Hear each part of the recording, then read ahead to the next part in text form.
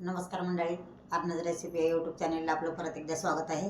आणि चला, आपल्याला झटपट भूक लागते आणि झटपट काहीतरी म्हणजे करून खायला हवं असतं. तर आपण आज असं झटपट आपलं, कारण रेसिपी पण झटपट आहे, तर आपल्याला झटपट असं तवा पिठलं करायचं आहे बघा. तवा पिठलं मस्त असं तवा पिठलं करू आणि मस्त तुम्ही अशी चटणी बिटणी करा.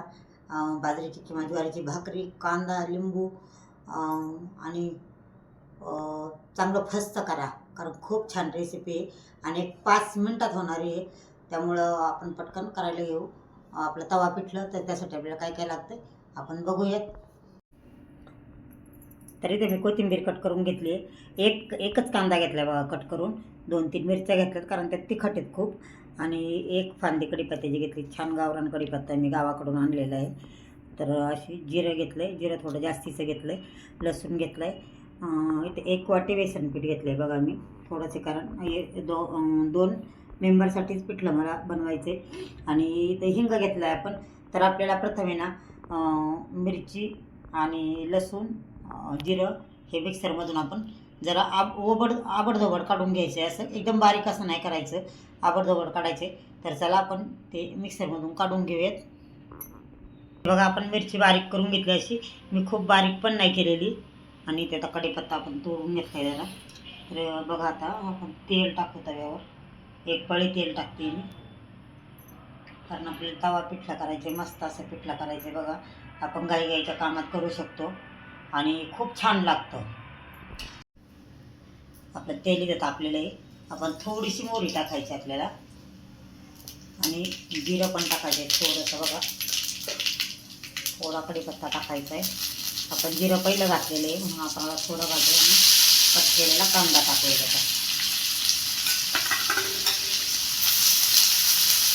आपले व्हिडिओ फार झटपट होणारे असतात बघा. आणि छान तुम्हाला नक्की कमेंट करून सांगत जा. लाईक करायला विसरू नका आणि चॅनलवर नवीन असाल तर सबस्क्राईब करायला विसरू नका. तरी आपल्याला कांदा जास्त ब्राऊन करायचा नाही, थोडा कच्चाच ठेवायचा आहे. कच्च्या कांद्याने पिठलं छान लागतं. आणि त्याच्यावर आपण घालणार आहोत, आपण जो ठेचा घेतला होता वाटून, तो ठेचा घालणार आहे आपण त्याच्यावर.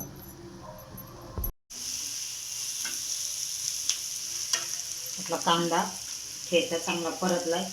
आता आपल्याला थोडा हिंग टाकायचा आहे. कुठलाही बेसनाचा पदार्थ करायचा असेल तर हिंग टाका, थोडासा छान होतो खूप.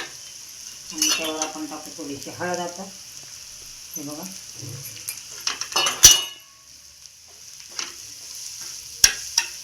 भारीच होतं बघा तवा पिठलं, एकच नंबर. तुम्ही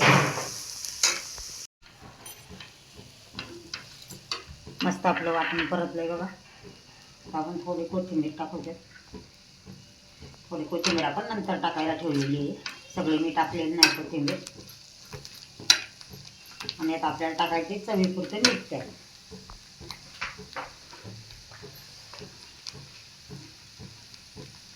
तुम्हाला पिठलं आवडत नसेल ना तरी तुम्ही हे पिठलं करून बघा. अगदी 1 भाकरी खायच्या तुम्ही 2 भाकरी खायची. बघा, इथं पूर्ण कांदा वगैरे छान परतला आहे. आणि कांदा आपल्याला खूप परतवायचा नाही, तर जरा कच्चाच ठेवायचा आहे. कच्चा ठेवल्याने पिठलं बघा, तवा पिठलं करतोय आपण, त्यामुळे छान लागतात. आपण त्यात पाणी टाकू.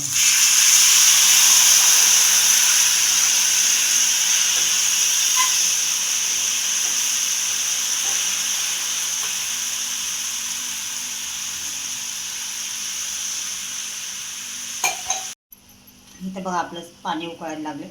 आता आपण असं बेसन पीठ टाकून काटा चमच्याने असं मिक्स करून घ्यायचं आहे आपल्याला. त्या गाठी याचा फोडून घेऊ नंतर.